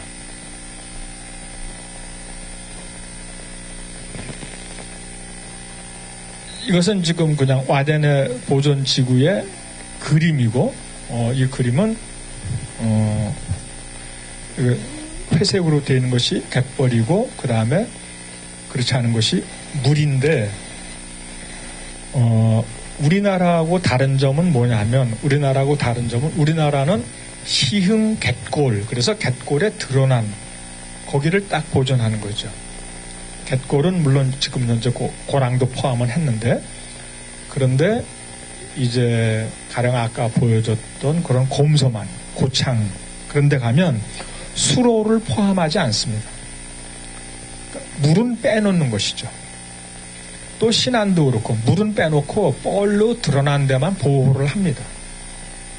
여기서는 물까지 다, 더군다나 막 이렇게 깊은 넓은 바다까지 다 이렇게 보호합니다. 그래서 이 점이 아주 근본적으로 다른 것이죠. 근데 왜 그러면 저렇게 달리 하느냐? 아마 한 두 가지를 생각할 수 있는데, 우리나라는 그냥 옛날부터 갯벌이라고 해서 사람과 살고 있는 그런 이 장소가 존재한 것이죠. 사람과 이렇게 연결돼서 존재하는 것이고, 이런 데서는 그렇게 존재하기보다는 그냥 뻘바다라고 해서 갯벌해라는 것이 존재하는 것이고, 그래서 그냥 뻘바다를 하는 것이고, 우리나라는 그냥 갯벌만 하는 것이고, 그런 차이가 있다, 이렇게 볼 수가 있습니다. 그래서 이런 뻘하고 물을 같이 보존한다. 수로나 바깥에 물하고를 같이 보존한다. 그런 특징이 하나 있고, 두 번째는 우리나라는 아까 사진에서 봤듯이 어느 지역에 가서 이렇게 그 구획을 조그맣게 해서 그렇게 하는데, 검소만 전체도 하지 못했잖아요. 그 다음에 신안에서도 어느 그 일부 지역만 했고, 또 무안도 일부 그렇게 돼 있는데, 그렇게 하지 않고 다 통째로 보호합니다. 그래서 이렇게 통째로 보호하는 거를 이럴 때는 생태계 단위의 보호다, 이렇게 얘기해요. 그러니까 생태계적 접근, 이런 말도 쓰고 생태계 단위의 보호다 라고 해서, 그 사람들 얘기로는 뭐 코허런트란 말을 써서 서로 연결된 코허런트 이코시스템 엔티티, 그런 말을 씁니다. 연결된 생태적 본체, 그를 보호한다, 이런 말을 씁니다. 그러니까 그 점이 또 우리나라하고 다르다, 이렇게 볼 수 있습니다.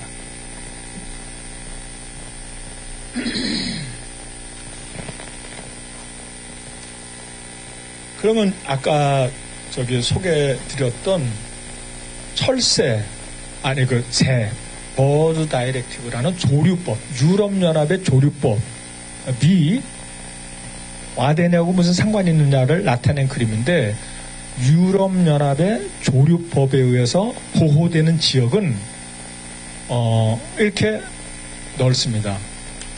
와데네는 이렇게 경계선이 되어 있는데, 지금 여기는 와데네 그걸로 해서 여기까지도 보호됩니다. 그러니까 조류법에 의한 보호지역은 이거보다 더 확장돼 있다는 것이죠. 더 확장돼 있는데, 그 중에서 이렇게 와데네는 이쪽으로 치우쳐서 보호한다, 이렇게 볼 수 있습니다. 왜 저렇게 돼 있느냐라는 것은 이제 다시 또 복잡한데, 다 말씀드리기는 하여튼 좀 어렵다고 보고, 이런 그 외해에 있는 철새 보호 지역들은 그 멀리 날아가는 새들, 바다에서 멀리 날아가는 그런 새들을 보호하는 그런 지역이라고 볼 수 있습니다. 새 보호 지역이고, 그다음에는 와데네 내로 가면 이런 방법으로 와데네 내에서는 새 보호 지역의 새 보호 지역의 지도를 다시 그렸습니다. 그러니까 왜 이렇게 그리는가 하면, 유럽 연합에, 그러니까 우리는 이 와데네에서 새를 이렇게 보호하고 있다라고 유럽 연합에 보고를 해야 됩니다. 보고서. 그러니까 보고서를 쓸 때는 이거를 기준으로 합니다. 이 경우에는 뭐 조류 특별 보호 지구라는 그런 이름을 쓰는데, 와데네 조류 특별 보호 지구로 우리는 유럽 연합의 조류법의 법률에 의해서 이렇게 보고했다라는 것을 가서 보고하는 것이죠.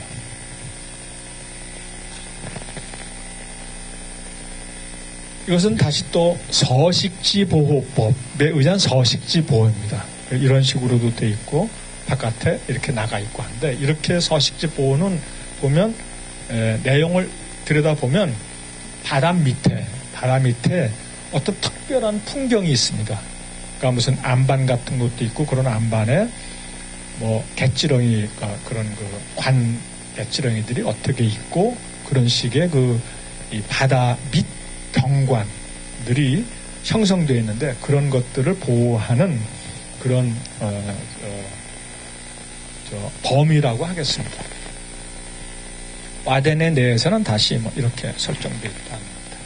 또 물체계 이것이 아주 중요한데 우리나라에서는 특별 관리 해역이라는 게 그거 시와호나 마산만처럼 그렇게 환경 또는 물 수질을 관리하는데 와덴에서는 그렇게 수질을 관리하는 것과 관련된 물체계법이 유럽연합에 있고 그래서 이 유럽연합에서 만들어진 그런 물체계법에 따라서 관리 지역을 나눴습니다. 관리 지역을 이 검은 선으로 해서 경계선을 두어서 이렇게 몇몇 곳으로 나눠가지고 행정적으로 여기에 각각의 상황이 어떤지를 행정적으로 나눠서 보고서를 쓰도록 돼 있어서 이렇게 이제 이 지도를 보여드리는데 우리나라도 지도는 그렇게 돼 있습니다. 그러니까 특별관리해역이라는 것이 있고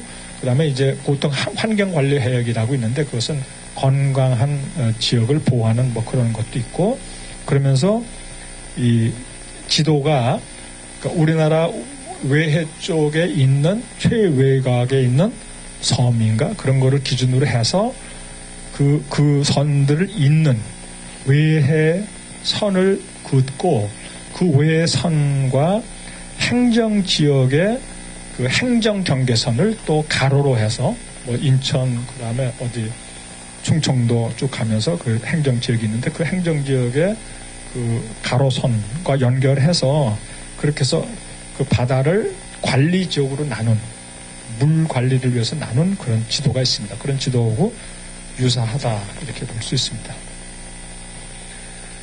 아주 최근에는 2009년 정도 될 겁니다. 아주 최근에는 이 전 지역을 그러니까 와덴의 전 지역을 세계 유산 지역으로 지정받았습니다. 그러니까 월드 헤리테지 사이트인가 그렇게 얘기하는데 세계 유산 지역으로 지정받아서 여기 좀 덴마크 빠졌는데 지금은 이제 포함됐습니다. 그렇게 지정을 받아가지고는 새로운 탈바꿈을 했다 볼 수 있습니다.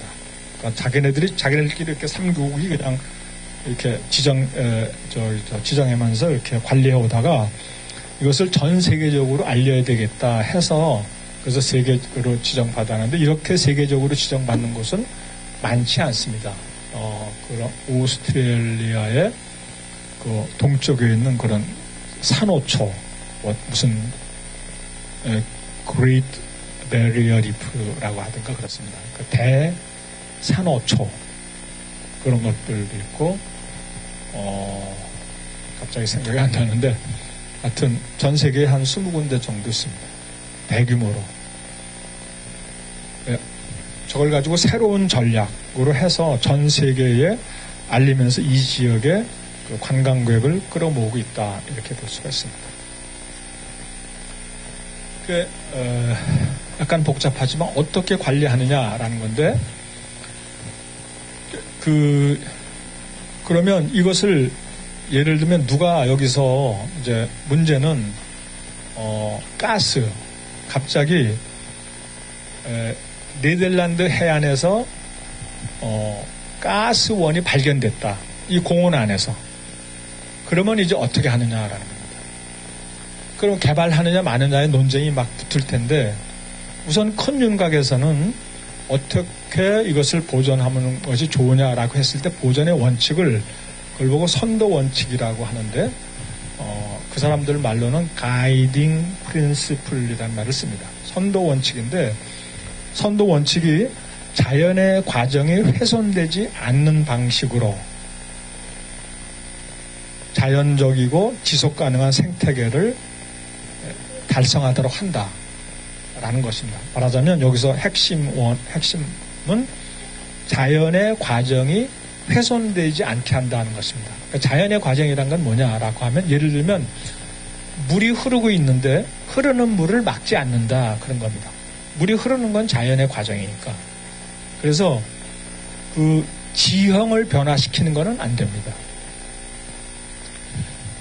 왜 사람들이 4대강을 막 문제 삼는가 하면 지형을 변화시키기 때문입니다. 그러니까 지형을 변화시키는 것은 원래 자연적으로 있는 그런 자연의 과정을 변화시키는 거다라고 판단할 수 있는 겁니다. 예를 들어서 우리나라에 뭐 조력발전을 만든다 그러면 조력발전은 막 댐을 쌓게 되는데 그렇게 댐을 쌓으면 원래 흐르던 조류에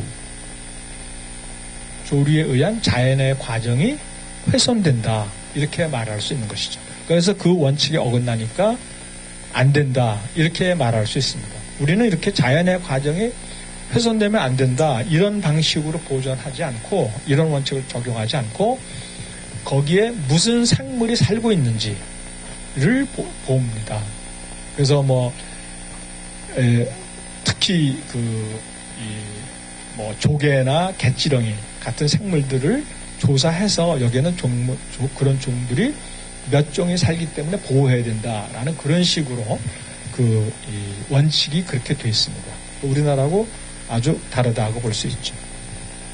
뭐 그 다음에 이제 그래서 여기 이제 잠깐 설명한 건 해수 유통이 자연적이어야 되고 뭐 수질 퇴적물 그런 것들이 건강해야 되고 동물 식물이 잘 있어야 되고 그 다음에 또 아름다운 경관도 잘 있어야 된다. 이런 방식으로 해서 전체 윤곽을 잡아놨다고 볼 수 있습니다.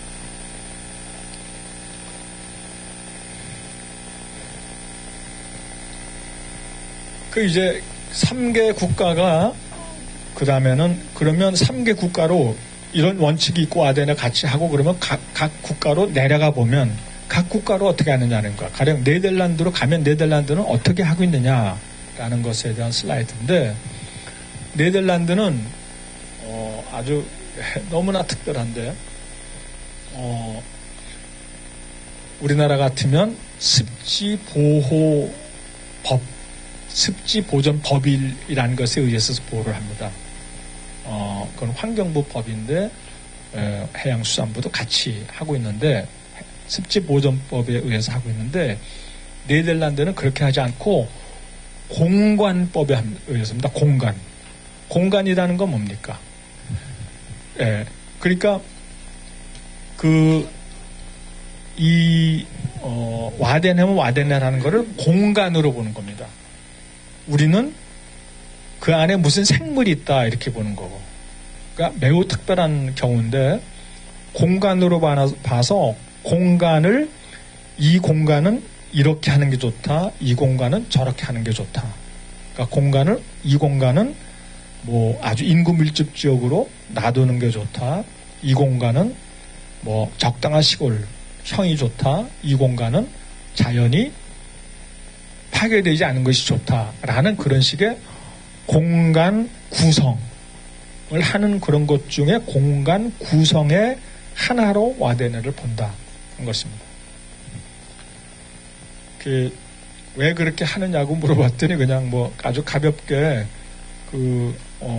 자기네들은 인구 밀도가 높아서 그렇다 뭐 이렇게 얘기하던데 하여튼 그 기법이 매우 독특하고 선진적이다 이렇게 생각이 듭니다.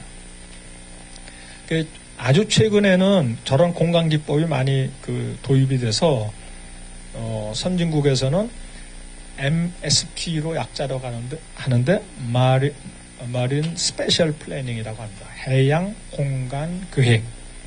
그래서 모든 것을 해양 공간 계획이라는 것으로 공간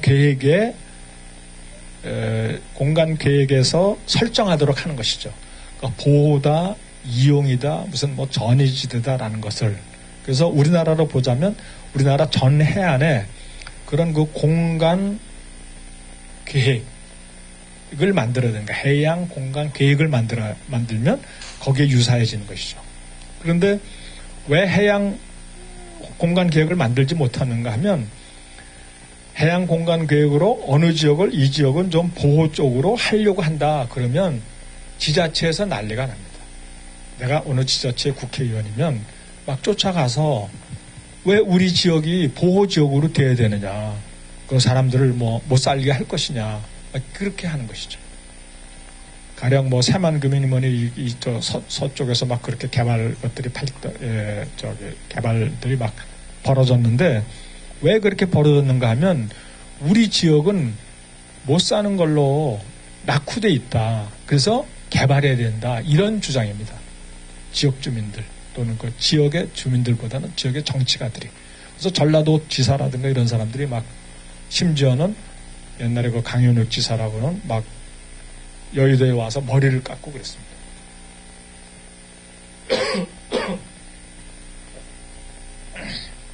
그렇게 그 지역 개발을 주장하는 것이죠. 그런 지역 개발을 막 주장하기 때문에 공간 계획이라는 걸 하는 것은 정치적으로 이미 불가능합니다. 그런 것에 비해서 이런 지역 계획을 공간에 의해서 하고 있는 거니까 훨씬 더 우리가 생각하는 것보다 선진적인 것이죠. 독일은 그런 국립공원법이라는 것으로 관리하고 또 덴마크에는 아직까지 그런 그 국립공원법이 만들어져 있지 않아서 그냥 다른 어떤 자연보호법에 의해서 합니다. 이렇게 해서 네덜란드에서 아까 말하는 공간지역으로 보호지역으로 지정된 와데네의 경계선입니다. 와데에서 만들어 놓은 이걸 보고 네덜란드 핵심 결정 지구라고 하는데 그 법률에서 말하는 수로가 그 핵심 결정 지구라는 그런 말을 씁니다. 그래서 저런 식으로 경계선을 가지고 있다라는 것이죠. 그 다음에 독일은 국립공원 관리법이라는 것으로 하는데 독일은 다 국립공원으로 지정했습니다. 그러니까 네덜란드는 어떻게 되냐면 핵심 결정 지구로 지정되어 있고 독일은 국립공원으로 지정되어 있다. 이렇게 볼 수 있습니다. 실제로 국립공원으로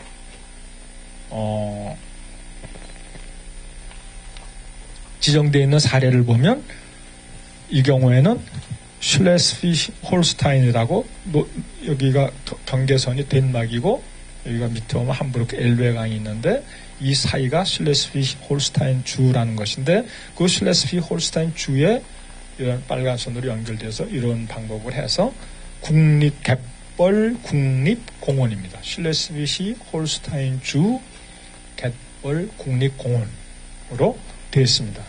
이런 사람이 살고 있는 섬은 제외하고 나머지 기타 지역들이 지정되는 걸 알 수 있습니다. 그걸 위해서 슐레스비 홀스타인 갯벌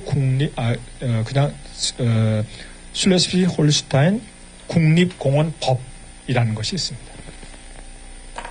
또 그 밑에 니더작센주에 오면 아까 제가 그 주 이름 하다가 생각이 안 났었는데 니더작센주입니다. 니더작센주 이것이 니더작센주고 니더작센주는 그러니까 우리나라에 풍차들이 많이 수입하는데 그 풍차를 생산하는 아주 유명한 데입니다.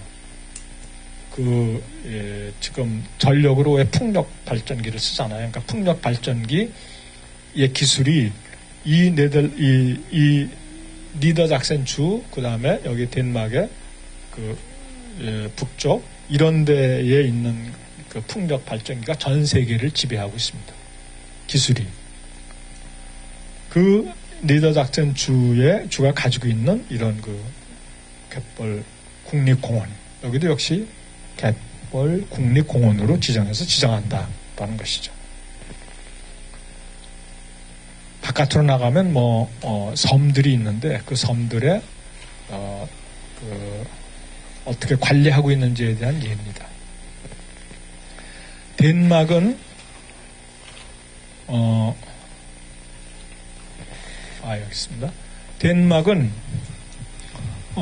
덴마크는 여기까지가 슐레스비 홀스타인 주라는 것이고 요 섬이 그 SYLT인데 실트라는 섬인데 이 섬이 아주 휴양지로서 그 북해에서 유명합니다. 그러니까 실제로 이런 섬이나 아니면 이런 와덴해에 섬들이 발달해 있고 또 연안도 있고 그런 데에 주로 왜 이렇게 난리치느냐 보존을 하려고 왜 그렇게 하는가 하면 다 휴양지로 사용합니다. 사람들이. 그러니까 휴양지가 우리하고는 좀 역사가 다르다고 볼 수 있는데 그런 휴양의 개념이 1900년대 말 그러니까 1800년대 중반 이후에 이미 발달했습니다. 그 왜 발달했느냐라고 하면 여기 이제 이런 그 독일 막 이렇게 돼 있고 그다음 밑으로 내려가면 공업지역이라는 데가 있습니다. 우리가 책으로 볼 수 있는 뭐 루루 지방이니 뭐니까 많이 들지 않았습니까? 그런 지방에서 그 당시에는 막 그렇게 공업을 발달시키면서 온 동네가 연기였습니다. 지금 마치 뭐 중국에서 뭐가 오듯이. 그래서 공업이라는 것이 사람의 건강을 해친다라는 것을 그 당시에 그걸 하는 사람들이 알게 됐고 그것을 이 북해 지방 와데네에 가서 쉬면은 자기 몸을 훨씬 건강하게 할 수 있다라고 의학계에서 그것을 증명하고 얘기했습니다. 그래서 누구든지 꿈이 막 그렇게 공업지역에서 일하다가 여름에는 휴양지에 가서 한 달씩 지내려고 한 겁니다. 그래서 그때부터 이미 관광업이라는 게 발달한 것이죠. 그러니까 우리는 뭐 지금 요즘도 그 텔레비에 자꾸 나오는데 그 관광이 무슨 관광이라고 하죠? 막 이렇게 먹자 관광 비슷하게 뭐 버스에서도 춤추고 막 이런 식으로 여전히 지금 그렇게 하고 있지 않습니까? 그리고 막 단체로 가고 막 그냥 밤에 뭐 술 마시고 놀고 이제 그런 제가 여기 실트에 있는 저 분이 와서 이제 우리나라에 지난번에 와서 그분 아주 오랫동안 거기서 실트 연구소에 소장하고 그런 분인데 한 달쯤 있었는데 추석 때 추석인데 이분이 그냥 이렇게 갯벌도 관찰하고 다른 사람 다 직장에 여기 쉬니까 어디 좀 가서 지내면 어떻겠나 제안해서 또 우리도 그렇게 제안하고 해가지고 여기 어디 좀 요즘에는 왜 그 뻘 해안가에 가면 조그만 그 쉬는 집들이 있지 않습니까? 그 보고 뭐라 그러더라마는 무슨 빌라라고 그러나 하여튼 그런 것들이 있어서 거기 가서 며칠을 살았는데 밤에는 사람들이 막 워낙 술을 마시고 떠들어서 잘 수가 없을 거예요. 자기 그냥 괜찮다고 그러긴 하던데 그러니까 그 휴양의 진면목을 본 거죠. 그러니까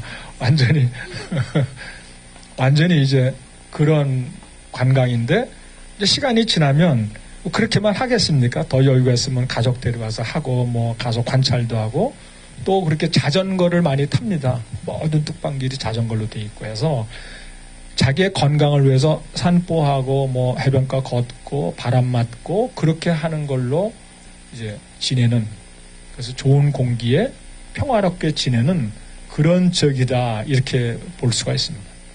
그걸로 이 전체가 이제 생태관광 뭐 생태관광 그러면 그거는 좀 교육적인 게 들어가 있는데 그 사람들은 생태관광이라고 하지 않고 지속가능 관광 그렇게 얘기합니다. Sustainable Tourism이라는 말을 쓰죠. 그런 방법으로 해서 사람들과 같이 자연이 한다는 것입니다.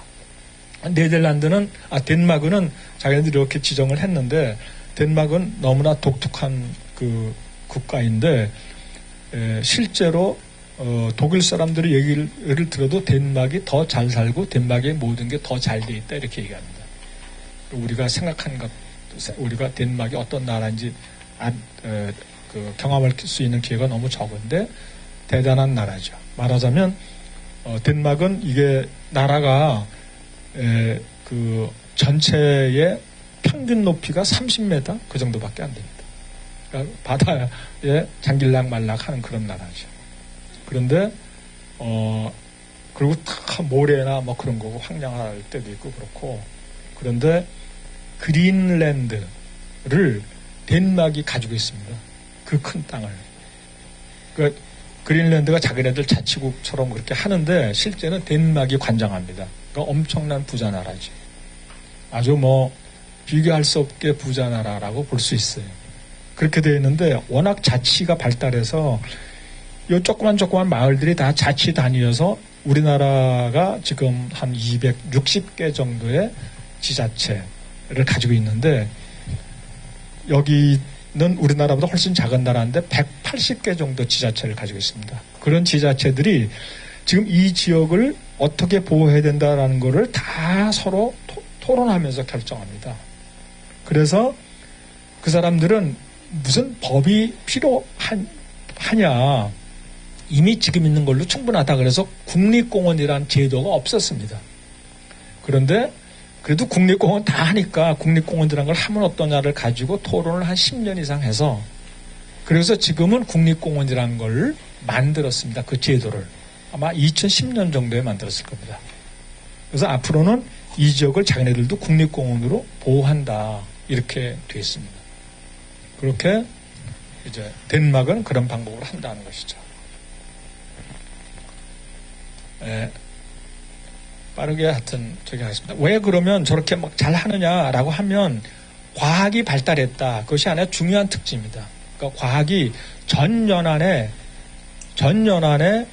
완전히 와덴에만 공부하는 그런 연구소들, 지금 연구소의 위치나 그런 것 이름인데 그런 것들이 있고, 그래서 과학이 발달하고 그런 과학에 의해서 생태계를 연구하고, 그렇게 하면 이제 그 생태계 연구의 결과들이 국가에서 다 수집을 해서, 이건 모니터링의 그 구조인데 국가에 수집을 해서 그걸 평가합니다. 아, 지금 현재 상태는 어떻다. 그래서 상태가 어떠니까 우리는 어떤 정책, 어떤 조치를 취해야 된다라는 것을 결정하는 것이죠. 그러니까 과학과 정책이 만나서 어떻게 할런지를 결정하는데, 지난번 시간에 말씀드렸듯이 예를 들면 뭐 얼만큼 그 어업을 허용해야 되느냐라고 하면 그 현장에서 뭐 철새가 얼마나 날라오니 뭐 그런 것들을 자료를 다 조사해서 그렇게 해서 뭐 규제라든가 이런 걸 하고 보상하고 그러는 결정들을 한다는 것이죠.